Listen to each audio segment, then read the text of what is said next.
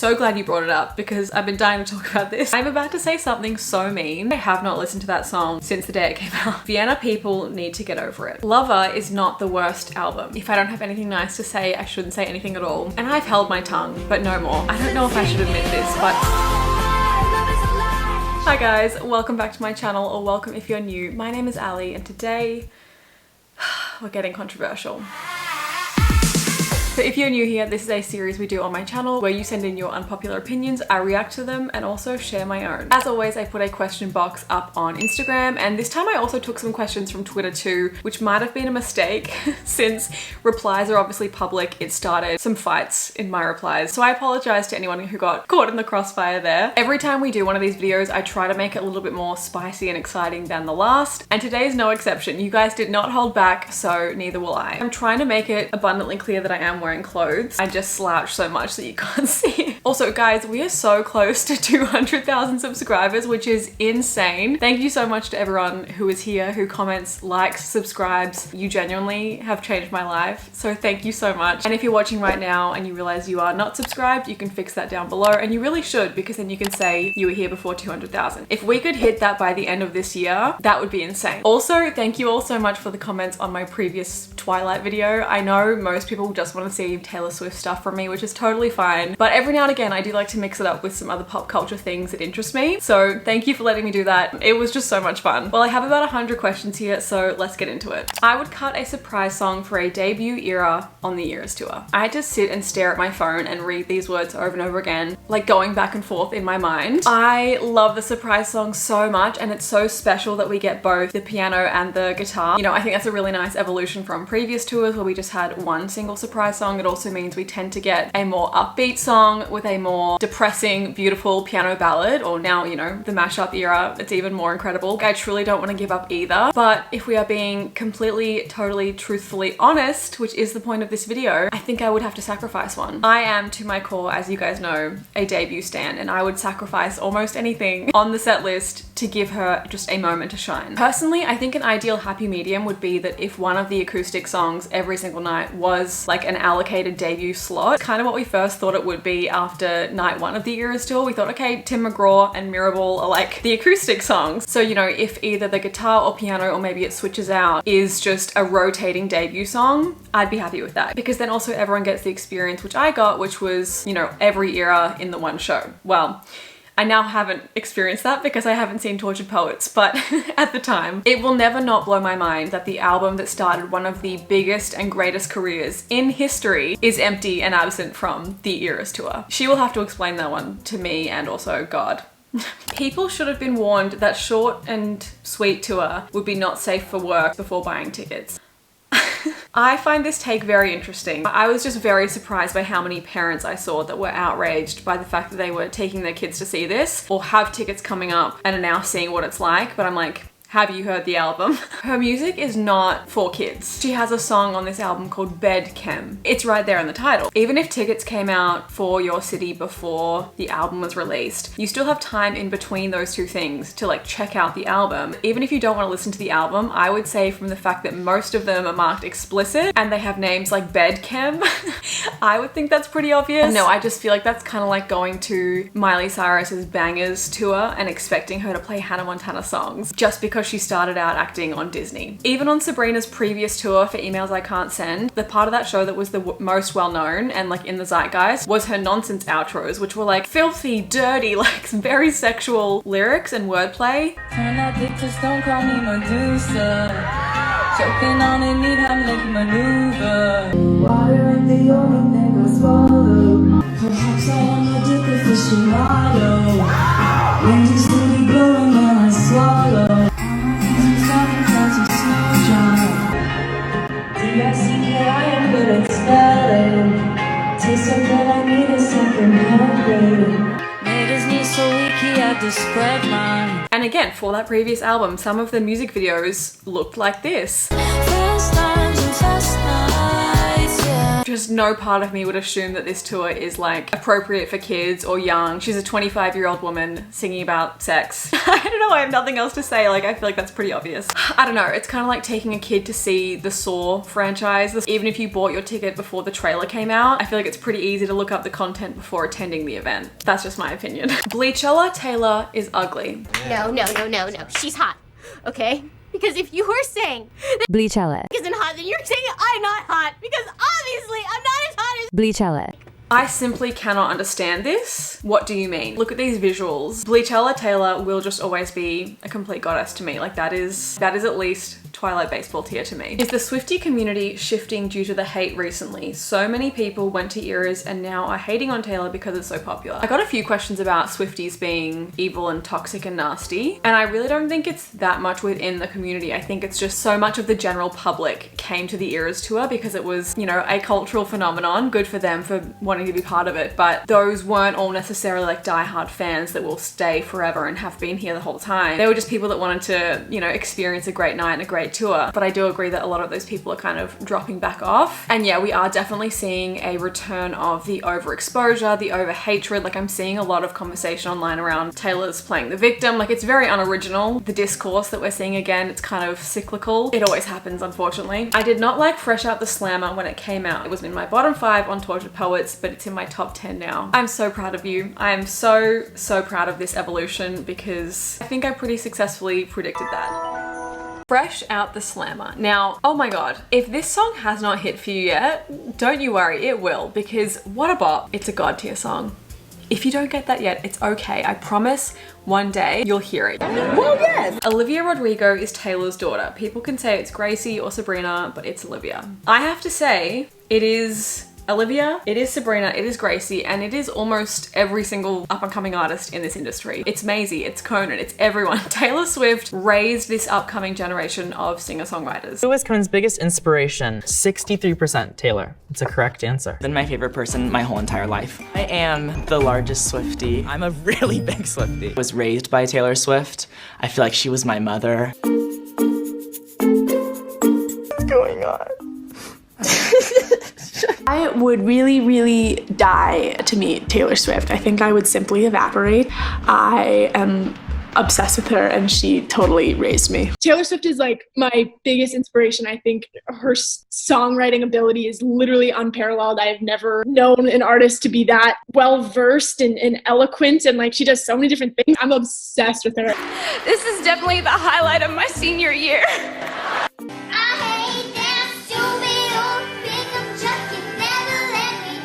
My incredibly talented, wonderful, genius opening act, Sabrina Carpenter. Days drag on, stupid girl. I should've known that I'm not a princess.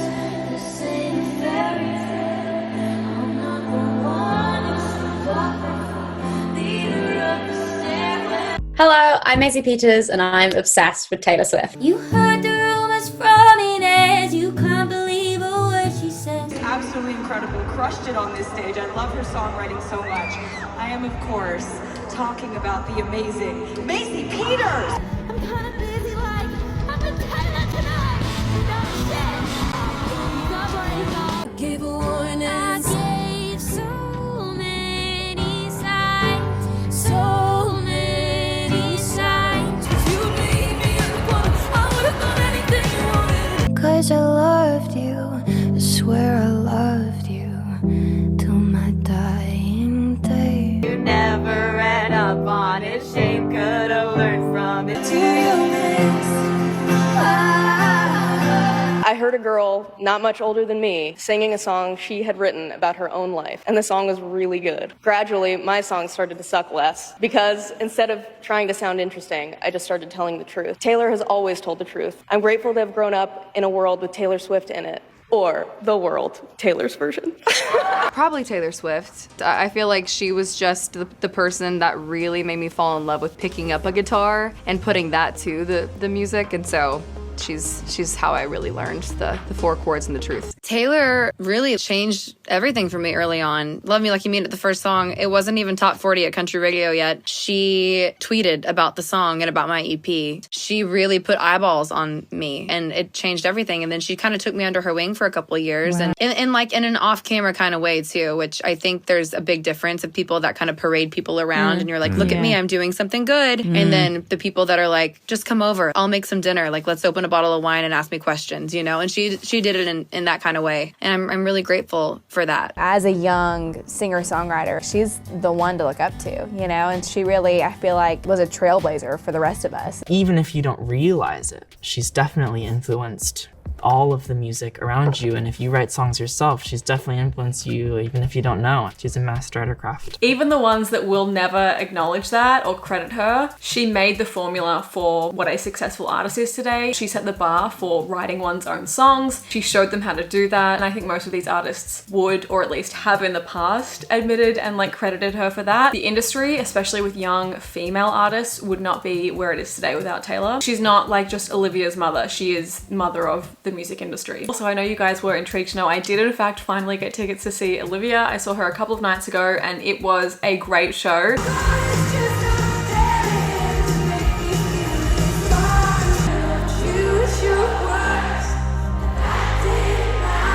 She has so much energy, you can tell she's having so much fun. I was honestly just surprised by how young the crowd was. I've just never heard so much screaming in my life. Thank God I had everyone's favorite sponsor, Loop earplugs. As your honorary big sister who cares about you, I will always strongly advocate for two things, which is one, skin protection, so you don't end up sunburnt like me, and two, ear protection and wearing Loop earplugs. Loops just help filter the sound so that it's not blocked out, but it still protects you from ear damage. I know it sounds like something that only old people need to worry about, but as someone that loves music, loves concerts, there is almost nothing more valuable than protecting our hearing. Since I bought my Loop earplugs back in February for the Eras tour, which you can see all about in my Eras tour vlog, since then all of my friends have followed suit and gotten a pair, and then they've gotten them for their boyfriends and their parents. Friends don't let friends suffer hearing loss and miss out on music. So if you are attending this last Eras tour leg, or you're seeing any concerts in the coming months, you need to get some Loops. When I would take them out and you could just hear the crowd screaming,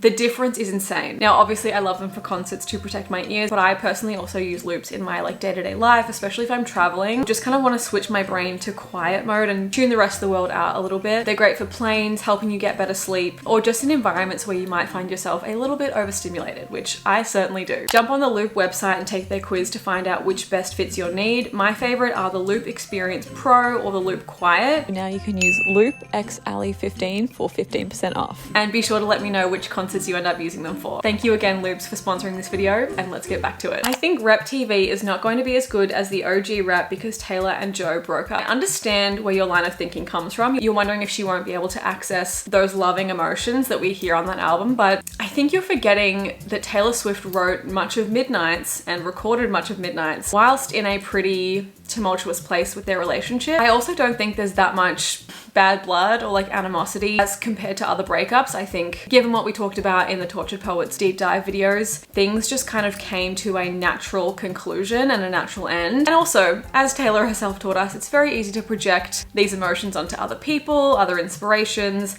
I have absolutely zero doubt that Rep TV will slap. To me, I know I've said it's kind of the album I'm least excited for, minus the vault obviously, just because her vocals are like the most similar because it was the most recent album. But I think now, given that we won't get it for probably like next July, next summer, sometime next year, it will have been quite some time since the original Rep, even though it still feels so recent in my mind. But don't worry, you have nothing to worry about. Swifties are very ungrateful asking for Rep TV, and Tay just gave us a 31 song album. Yeah, I mean, what else is new? When I see any kind of Rep TV theorizing these days, I just keep scrolling, not because I'm not excited for it again, but just like I don't care like when it happens. In fact, I would actually rather stay in the Tortured Poets era for a little bit longer. I'm very happy to continue the pattern of 2 Taylor's versions, a new album, 2 Taylor's versions, etc., which is obviously what I think is happening, but it definitely does feel a little bit ungrateful, especially seeing this happen like the week of Tortured Poets, thinking that things to do with that album rollout were just an Easter egg for Rep TV. It honestly confuses me why there's so much theorizing and clowning and Easter egging and like videos and content made around rap TV, and almost nothing about debut. Like, if we're gonna be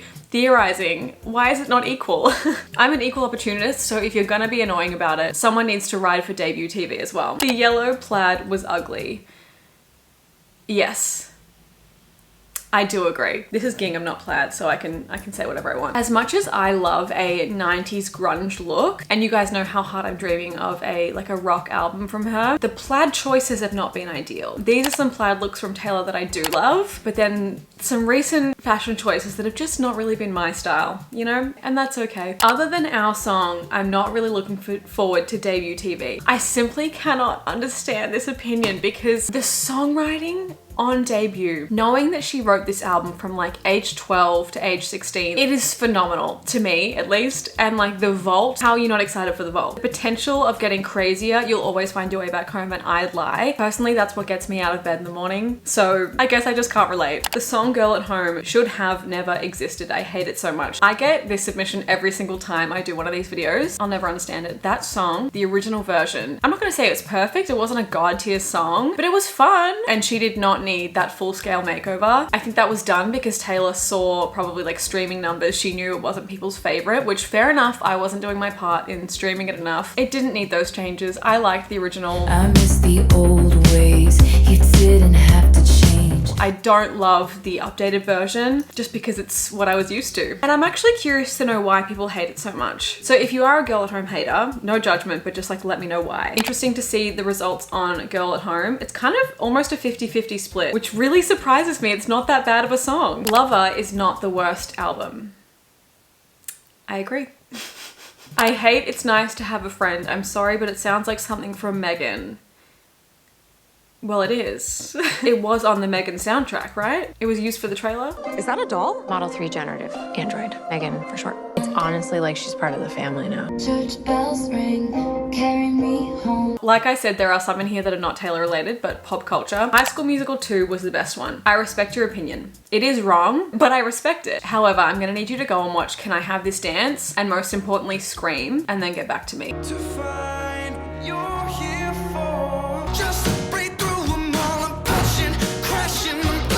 The scene Scream was so iconic that it inspired the film Inception. Case closed. The rep tour isn't as good as everyone says it is. I can only assume that this opinion, and I apologize if I'm wrong, came from someone that did not attend the rep tour, because that tour was phenomenal. It was a side of Taylor we had never seen before in live performance. It was such a fun night. There were beautiful moments between her and us, the crowd. Oh, I mean, you guys have heard me ramble so much about the performance of Style and the electric guitar in particular on that tour. I think I'm also biased because my surprise song on the rep tour was I'm Only Me When I'm With You, so what can I say? I'm sorry, it was perfect. I think Lommel or You're Losing Me are both slightly sadder than Would've, Could've, Should've. I completely agree, and to me that's not even close because I don't think sadness is the overwhelming emotion in Would've, Could've, Should've. If it were, it likely wouldn't be as much of a favorite for me because I think the main emotion here is anger. Not so much regret, but like resentment towards someone that did you so wrong, and Angry Taylor is just my favorite, so I agree. All of Taylor and Ed's collabs are boring and sound the same. I also had some people submit that like they hate Run or they love Run, so I wanted to see which of their 4 collabs people preferred, and I think these results were kind of exactly what I would expect. The majority loving Everything Has Changed, then Endgame, then Run, and then The Joker and the Queen. When I say I have not listened to that song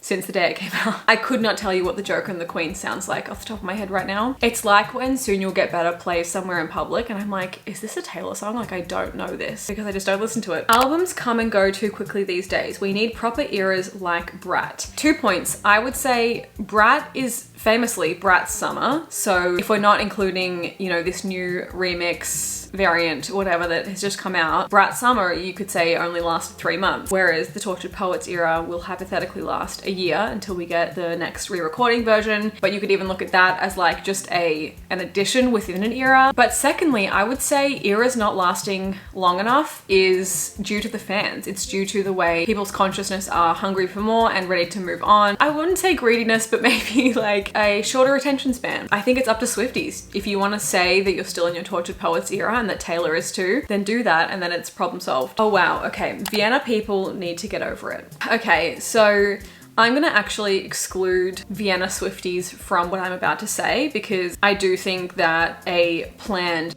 attack is a trauma and you're going to have a trauma response, and within that you cannot really control how you necessarily feel. Those that felt disappointed, hurt, even though it might not be a helpful response, I'm not really in a position to say that it's right or wrong because we can't always control how we feel. What I will say is the general public's response, or like a response that I saw a lot online that demanded more from Taylor and said like, we deserve an Instagram post, we deserve an Instagram story. And the overwhelming majority of DMs that I personally got from people saying, how can you still respect her? I'm not going to be a fan anymore. Like, this is so evil to not acknowledge this more. I think I just have a very different take or perspective on when things like this happen. In my mind, this is not a small situation or incident, right? This is not like she was on vocal rest and was like, hey guys, I'm so sorry. This was a global, international planned attack. Therefore, you have to be very careful about what you can say. You legally often are not allowed to say anything because there are still ongoing investigations. But even if none of that were true, if someone is silent or absent when you are expecting to hear from them, I mean, think about this as if it's like a friend. If you had plans to see someone, or, you know, you're used to talking to your friend very often and suddenly they seem to be isolating or not responding, the natural response is not to go, well, that's a horrible person, they should be doing more for me. I feel like the natural response is to think, they must be going through something. I hope they're okay. I'm sure eventually I'll find out what was going on. I care about them. I love them. And I'm sure there's a very reasonable explanation for this. That is just where my head went. And I personally found it kind of frustrating that I was getting, I mean, what a first world problem, but like I was getting inundated with people saying, what an awful person, and you're awful if you support her. Like, she should at least put up an Instagram story. I felt like there wasn't enough understanding and context being given to the situation at hand. That was an incredibly serious and devastating, potentially devastating situation. I had friends that were going to those shows, which like I don't even want to think about a different reality we would be living in and what we would be talking about today if those shows hadn't been cancelled. I also can't imagine how I would feel if that had been the Melbourne shows. If those had all been cancelled, I'm sure I would feel the exact same as anyone in Vienna feels or felt. At the same time, the anger and blame and hatred towards her and her dancers and her team for not like posting a story before they were safe to do so, you know, a week later after the London shows and that leg had been completed. I don't know if it was like a youth thing and maybe there were a lot of young fans that didn't quite understand how dire the situation was, how serious it was. But yeah, I just thought the response was a little bit unwarranted. That said, I wish I could do something to help Vienna Swifties. Like,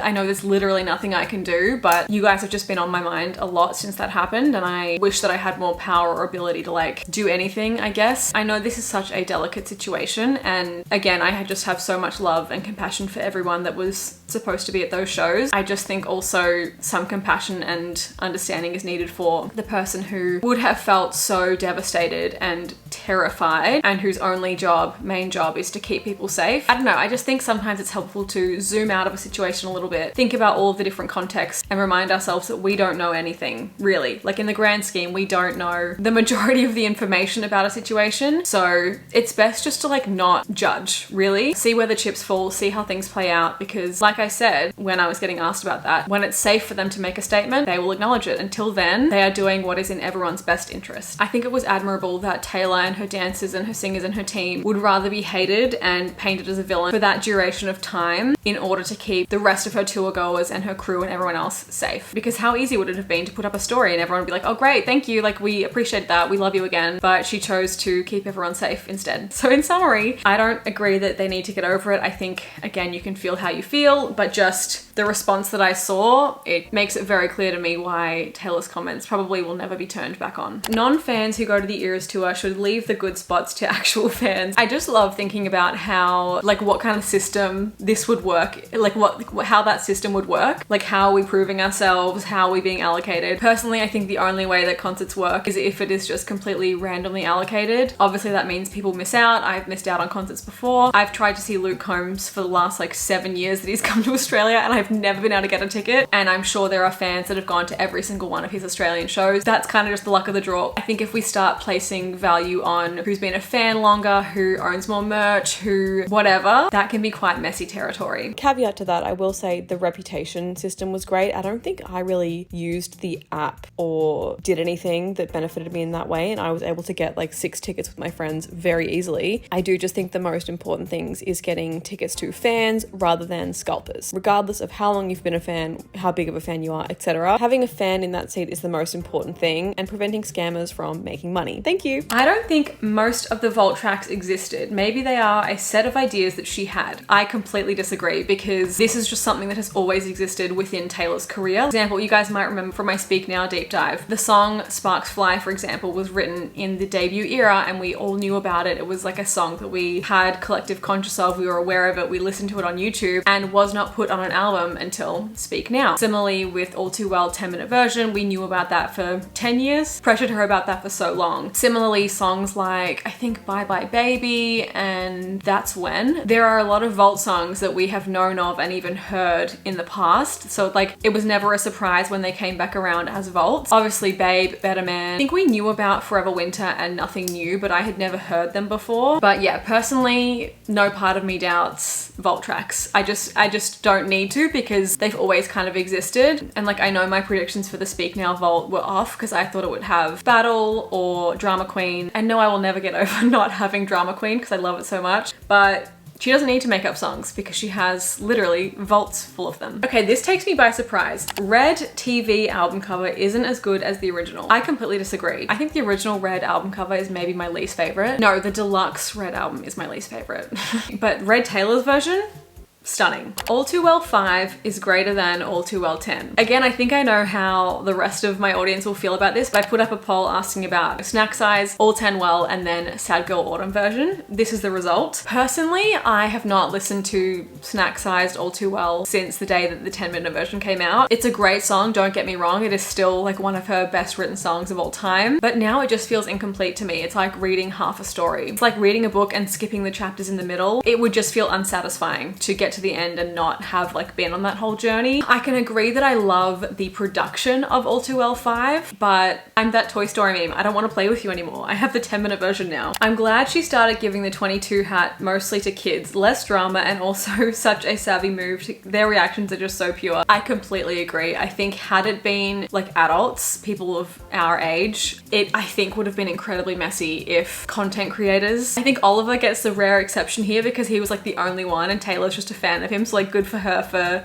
getting to meet him, I guess. But I do think if content creators and adults and like people with social media accounts had been amongst that group, or had been like all adults, that would have been chaotic, messy. I think by keeping it as kids, it just keeps it so innocent, so pure. You know, the rest of the show is a celebration of the eras that we grew up with, so to have this moment that's kind of like a celebration of this new generation of Swifties feels really nice. I feel like Taylor constantly has the need to be on top and rule the charts when it's like, we don't need another 15 versions of your newest album, just let others have the spotlight for once. I find this so interesting because in no other industry do we really say that, and I feel like we don't, like, you're not going to say to a runner, okay, you already have the record, like why are you trying to beat it? Or like, you always win this race, let someone else win it for once. Like, people are allowed to be successful at what they do, and I think it's refreshing that Taylor is open and has been open her whole career about wanting to do well. She likes winning awards, she wants to chart well, and I would almost argue that everyone in the industry wants these things. It's just that she's successful at it. It's just so funny because Taylor is so supportive of so many people in her industry, more so than anyone else that I see doing, really, but she's also allowed to want to be the best at her job. I think I just like that she doesn't pretend to not care like a lot of other artists who say they don't care about awards, you know, or charting or anything, but then do all the actions to try and beat that anyway. You know, not to start any drama, but if we look at other pop girlies this year, there was so much discourse around Taylor having 4 variants of her album, and yet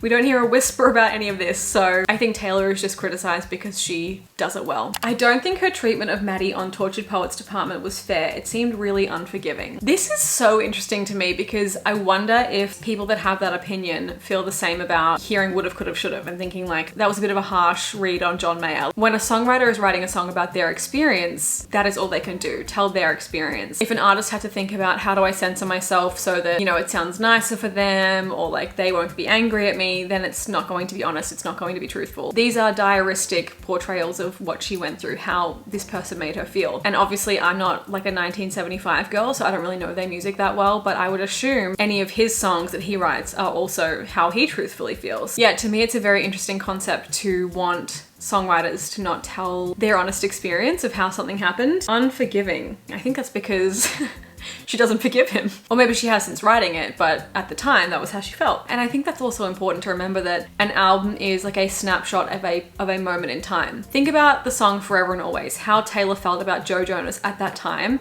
See, this one even comes with a phone. See, so he can break up with other dolls. And then years later, she's making a baby blanket for him. Think about any song about Harry, which to be fair weren't that scathing, but you know, being friendly with him years later. It just represents how you feel in that moment of time. That is true artistic expression. Oh, this is interesting. Fearless won Grammy Album of the Year only for having well-picked singles. Speak Now is the more Grammys Album of the Year. I think you mean like it deserves it more. So I kind of somewhat agree with you that part of the reason Fearless won is probably because she picked great singles. I disagree that it was only for having well-picked singles. I think it is a flawless album and deserves that award. That said, I do think Speak Now also deserves it, maybe even more. But I do agree that the singles chosen probably helped sway this. If we think about Speak Now singles, mine, Back to December, Mean, Sparks Fly, and Ours, which honestly is a pretty good lineup. I think I would only take out Ours and I would replace it with Enchanted, probably, maybe Dear John. But it is crazy to me still, the lack of, not industry recognition because it was praised as a great album, but it didn't really hit the zeitgeist in the same way that Fearless did, when to me it's just as good of an album, but even more lyrically evolved. It's kind of crazy to me that it didn't even get an Album of the Year nomination. I wonder if Fearless having won it the year before and being still to this day like the most awarded country album of all time hurt Speak Now's chances. So it will be interesting to see how Tortured Poets goes, you know, in February, off the tails of Midnight's historic record-breaking win earlier this year. Oh my god. Okay, this one made me laugh. Taylor needs to be pickier with who she collaborates with. Ice Spice should not have been on Karma. Us with Gracie wasn't memorable. The level should be Paul McCartney, Stevie Nicks,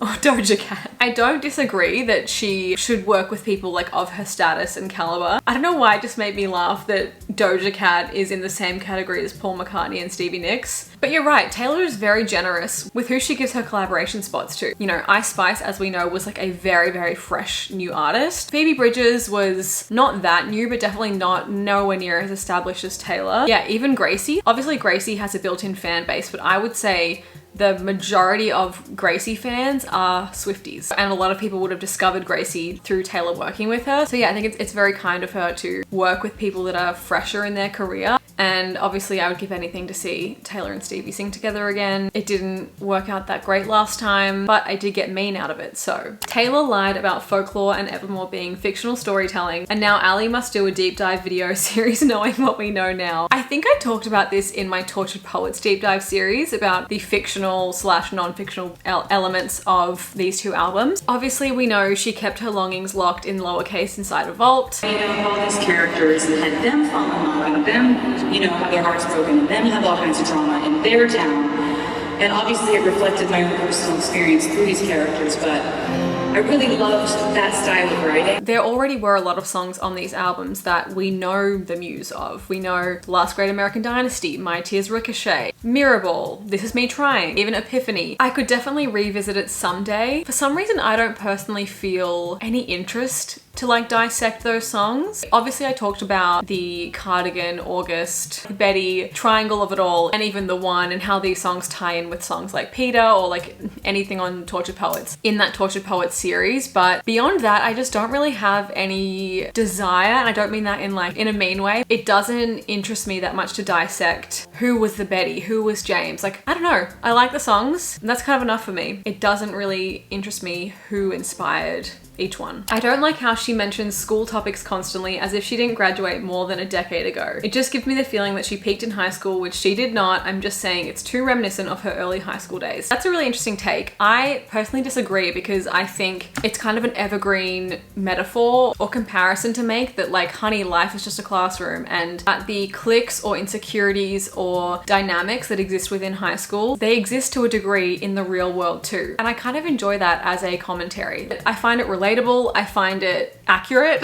Like, I think as an adult, you go through friendship breakups or regular breakups or times of feeling left out or, you know, or picked on. There will always be these things and you think, wow, I can't believe I feel like this again. I thought that when I was 15, that would be the end of it. And yet here I am again in my 20s, feeling that same emotion 10 years later. Something about that to me is quite refreshing. Plus, I think Taylor would be the first one to tell you that that insecure, hurt girl who felt left out very much still lives within her. Again, we talked about that in the Tortured Poets series, but she mentioned this in her 30 Things I Learned by 30 article interview thing. Feeling left out, being excluded kind of creates a pretty core wound that you carry with you for the rest of your life, which to me is not always a bad thing, because I think if you have been left out and excluded, it makes you more aware of it, and it means you're inclined to make others feel welcome and make sure no one else feels that way. I'm here for the high school references, and I just realized you also probably mean So High School, and well, you know how I feel about that song. I'm mad at Taylor for changing Come Back, Be Here to Come Back, Be Here without the space.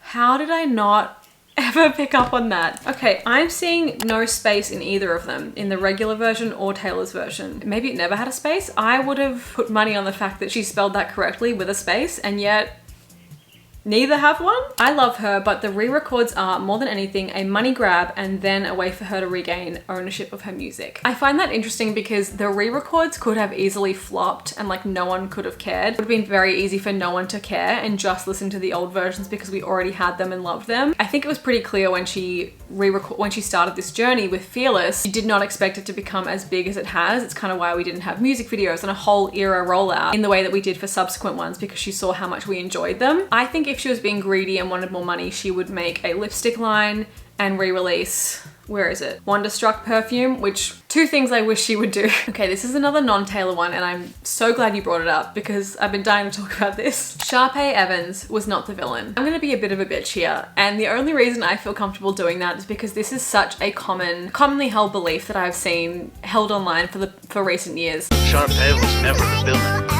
Today we're talking about why Sharpay is not the villain. Sharpay Evans was not the villain of High School Musical. The real villain was Gabriella. And I've held my tongue, but no more. Sharpay is in fact the villain, and that's okay. In most stories, you need a good villain, and she is a great one. You know, I didn't dress up as Gabriella when I went to Lava Springs. I dressed up as Sharpay because she's iconic. But we have to admit she is the villain, or at least the antagonist, the anti-hero. Do you want us to lose the Star Dazzle Award to a bunch of dishwashers?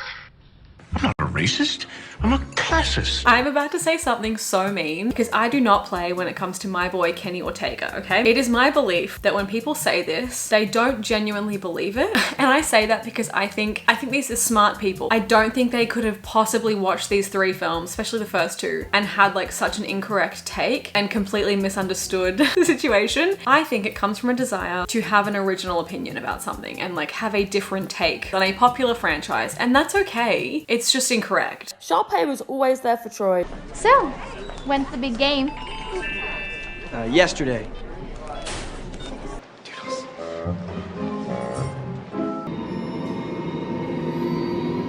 This was a character who went out of her way to sabotage her fellow students' chances at participating in some school activities. Too bad all these events weren't happening on the same day. At the same time. That wouldn't work out because then Troy and Gabriella wouldn't be able to make the... I know. If she thinks she's so talented, she should have no fear about other people auditioning or even attending a callback. Is this some kind of joke? Like, if you've been the lead in your school's musical every single year since you were like 2, why do you feel so threatened? Y'all have been trying to rewrite history on that High School Musical for a little too long. If Miss Sharpay was all that you said she was, then why was it so easy for them jocks and them mathletes and them science nerds to come up in there and steal spots out of her play? Maybe Miss wasn't all that. That's all I'm saying. That girl was the villain. She was the villain. Also, it would be very beneficial before heading out to the real world and going on auditions and hoping to do this for a career to have a go at playing a supporting role, working in the ensemble or even the crew. I graduated from high school almost a year ago. Do you remember what you said to me? How come you get a car and driver and I don't? No. Good luck finding anyone to fill the talentless void of boring and unattractive that'll exist in these hallways once I graduate? No. Let's also mention that all of these roles likely had romantic elements, so playing those two characters with your twin brother, not ideal. And if we look at the second film, the very common argument I see is like, well, she got everyone jobs. No, she got Troy a job to try and steal him away from his girlfriend. Sharpay, Troy. It just makes sense. Evidently not to Troy. But it's summer, Rye. Everything changes. Was very angry when Gabriella also was hired. Told you to hire Troy Bolton, not the entire East High student body. If you can't fire them, make them want to quit. She used her power and privilege to manipulate Troy into spending time with her, again, so that he would feel indebted and owe her something and have to sing with her. Deserted her own brother, did not care about anyone else. Oh, don't worry. I'll find a song for you somewhere in the show. Or the next show. These are not things I have to explain to you, I know that. I just don't understand the perspective. I just love that this is something I care so deeply about. Sharpay was in fact the villain, and good for her. Taylor needs to take a break after the Eras tour ends. I completely agree. Will she? I doubt it. Taylor seems to be the happiest when she is creating. I think we know that she works harder than pretty much anyone in the industry. I would not be surprised if she just keeps working, but yeah, I want her to have what we call at my camp, some feet on bed. Evermore over Folklore. So I put this one on my story as well to see the results. It's not that far apart. Folklore is in the lead, as I would kind of expect. I think the majority of people tend to prefer Folklore. I wonder if they had been released in reverse order, if that would be different at all. Like maybe by the second one, people might feel, okay, this is too similar to what we had before. Like I don't need another version of it. I will say, I don't really know what people mean when they say Folklore is the better album, but Evermore has the better songs, because if Evermore has better songs, doesn't that make it a better album? The only interpretation that I can have of that is that people mean Folklore is more cohesive as an album, which I guess I would agree with. The Tortured Poets department isn't a top 5 album. So I discussed this with my friends Renee and Haley in Seattle, just like last month. They're also both big Swifties and creators, and they both said Tortured Poets is their favorite Taylor album. And I said like, it's definitely up there for me, but I feel like I can't rank it anywhere yet because it's just too soon. Like I know I would have recency bias with it. So I think I need to let it simmer for like at least a year before I can place it. You know me, I'm a nostalgic little bitch. Like my top 5 will always have Fearless and Speak Now and Red in it. So I've got to give it some time. But this is what you guys, my Instagram followers, have said. Debut is coming before Rep. Rep has more hype. I feel like it just makes sense to be the last one. This is what you guys think about the order. Most people think Rep is coming first. Gotta say, sometimes it truly feels like I am the only debut stan alive. In a world of Reputation fans, I stand alone. This person saying that Rep should be last because it's the most hype, I think almost the opposite, because I think if debut comes first, no one will care, because as we've seen in the past year, people will continuously be pushing for and looking for and waiting for Reputation. So I think to get Reputation out of the way, so to speak, would allow for debut to actually have its moment and be appreciated, because you've already got what you were finally like waiting for all these years. Now it kind of has like time to shine. Whereas if debut came out within 3 days, people will be like, okay, when's Reputation coming? Also symbolically, it just, I think would be really nice to end this chapter with her debut album. But God, isn't it funny to go from, like, what a stark contrast from Reputation to little baby country Taylor. One thing that could support your theory is that with this pattern we have so far, the 2 groupings, we've had the earlier album released first. So Fearless before Red, Speak Now before 1989, but that's not necessarily something that I think needs to be followed. This one, Sabrina Carpenter's hair isn't cute. Personally, I could not disagree more. In fact, I actually think her hair is a massive part of her success. There's a whole episode of Glee about this, hairography, look into it. I think the volume, and more specifically the bangs, or the fringe as we Australians say, is part of why she's so successful. I think she has the talent to be successful no matter what, but this has helped her be noticed. I'm sorry, but Hannah Montana, Taylor Swift, and Sabrina Carpenter, blonde hair with bangs, that is a pop star. I mean, the Instagram results don't lie, but I just obviously disagree. I love Sabrina's hair. I would give anything for volume like that, and I genuinely believe that if she did not have the volume and the fringe, she would not be as successful. You can disagree with me, but I really do think if she was doing everything the same with this era, the branding, the same songs, but had this hair and this makeup look, it wouldn't be hitting as hard. I don't know what that says. Maybe I need to get a fringe. I absolutely love this. There should be way fewer emojis. How could you say something so controversial yet so brave? And you're absolutely right. All of these, unnecessary, not needed. Get rid of them. And I cannot believe that we have these useless emojis, yet I don't have the full set of like our planets. We just have Earth and Saturn. Not good enough. Ooh, Cardigan gets way too much hype. It's good and all, but there is better. I appreciate you having the confidence to say that, because it is a lot of people's like favorite song. And I think you're right. Don't get me wrong. I love the outro. I think the way that she depicts the idea of like moving on from someone or someone else moving on is fantastic. And the way that it ties into a lot of Tortured Poet songs. And obviously it's, you know, triangle counterparts is great. I think it gets a lot of the love that I would personally give to My Tears Ricochet, The Last Great American Dynasty, Mad Woman. Those are all above Cardigan to me. So this next question is about One Direction. So I filmed this video the day before Liam passed away, which I think will be very obvious with how innocently and happily I talk about them in this next segment. And I debated whether or not to keep this question in because it feels very strange now, just in this past few days, how much has changed since I spoke about this. But I think what I say really resonates with me and might resonate with some of you too. So I have decided to keep it in. This is just a little content warning for what is coming next. But yeah. One Direction is overrated. We were just horny teens. I actually think you're completely wrong, and I think One Direction was underrated. I think they are still underrated, like looking back retrospectively. I think they are depicted by the media and the world as just a silly boy band that young teenage girls liked and therefore not given the respect they deserve, which is just so interesting because, I don't know, would they be more respected like the Beatles if they played their own instruments on stage? Maybe. Anyone whose majority audience is women, and especially young women, will always be looked down upon. That's just a really fun part of life. But to me, I'm like, how did Walking in the Wind not win a Grammy? Like, that's a perfect song. Stockholm Syndrome. I just wish pop music got more respect. This is going to be a bit controversial too. I will usually vote for her because she is my favorite artist, but sometimes other artists deserve awards more. I don't know if I should admit this, but I often do not vote in things. I think, again, I'm just like not that online, and more so I just think, well, other people have got that covered. Do not think like that in the election. This is very important that everyone shows up. But when it comes to like VMAs or whatever, I don't know, I'm not active enough. I'm sorry. But also, I will always vote for whoever I think deserves it. So like if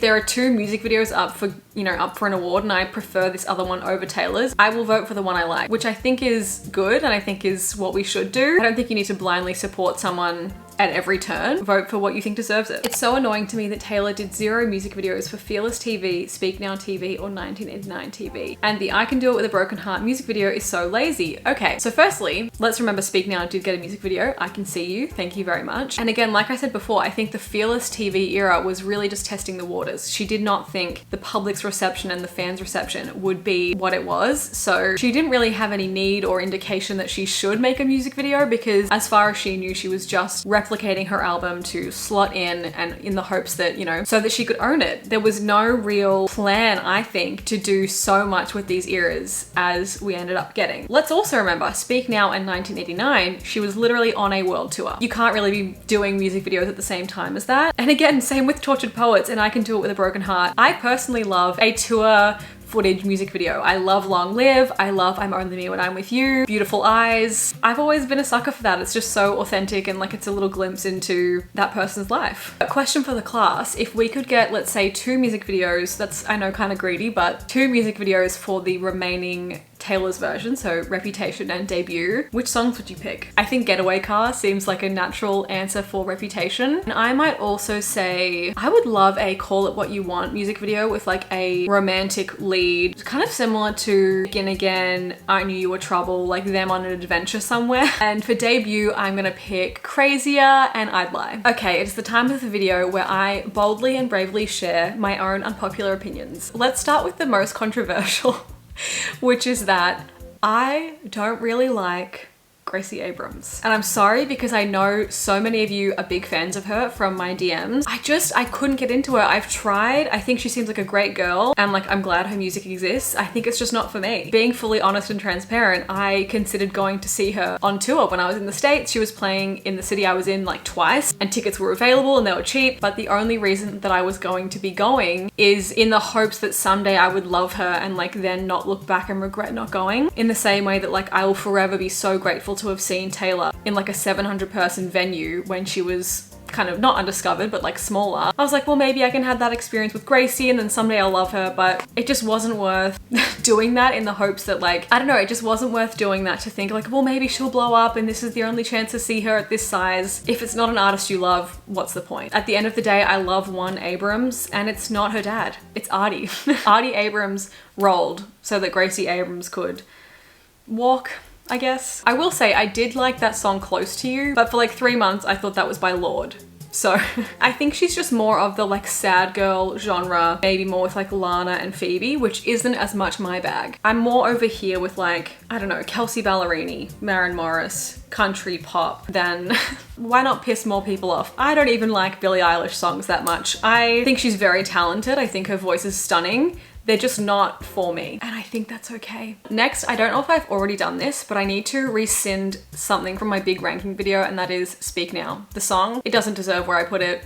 It's at least marvelous tune. Okay, next. Everyone says they want a rock album from Taylor. They want TS12 to be rock. And so do I. But to that I say, I don't believe you. I see so much hate for songs like Electric Touch, So High School, songs that have this like rock production. And apparently no one else loves them. My personal theory or like ideal scenario would be TS12 is pop rock, Story of Us kind of vibes. TS13, a return to country. Oh, nothing would make me happier. This next one has to do with the Taylor's version re-recordings. I think that we only tend to prefer the original because it is what we are used to. And if we had the Taylor's version first and then it was replaced with the old one, besides, you know, improved vocals, I think we tend to prefer what we know. So we would like that one more. Maybe with the exception of style, that guitar riff is just irreplaceable. But I am curious to know, and I have a question for the class, which is there a Taylor's version that you much prefer to the original version? For me, it tends to be like I have a more nostalgic attachment to the original albums and the original songs, but I typically like the Taylor's version as much. It is rare that I like a Taylor's version more, but there is one exception, at least one that I can think of, and that is You Are in Love. And I think you guys know that from my reaction to the song because I initially didn't love it that much. I think I ranked it pretty low, and there is just something about that version that hits way harder. So I'm very curious to know, what is everyone's favorite like Taylor's version that you just think got such a makeover, such an upgrade, and has changed your opinion on that song? Let me know in the comments. Okay, this one is probably the most controversial, so I've saved it for the end, and that is that I don't think being a singer or a pop star or a celebrity warrants being a political voice. I don't think fame warrants that. I think if you want to be a political voice and want to use that platform in that way, you can. But I think it sets a dangerous precedent if we're looking to celebrities for endorsement. Don't get me wrong. I think fame and success means that you should use your privilege. I think the most important things are to use your money, like to donate and give back some of that success that you have reached. But yeah, looking to pop stars or actors for what their political beliefs are just, I think, sets a very dangerous precedent for misinformation, for people not doing their own critical thinking or research. I think at the end of the day, I want them to use their money, use their privilege in that sense, absolutely advocate for people to do their own research and vote and like get politically active, but at the end of the day, to do our own research. Well, I've been yapping for hours now, so I guess I should wrap this up. Thank you all for being here with me today to share these unpopular opinions. I feel like this was a little more controversial than most, so I hope you made it to the end and I hope you still love me. Again, please subscribe down below if you haven't already. We are just so close to 200,000. I can almost taste it. If you guys missed my previous video visiting all the Twilight locations, you can check that out here, or you can check out my Tortured Poets deep dive series here, which was so much fun to make. I love you guys, and I will see you next time. Bye! Is this what it feels like?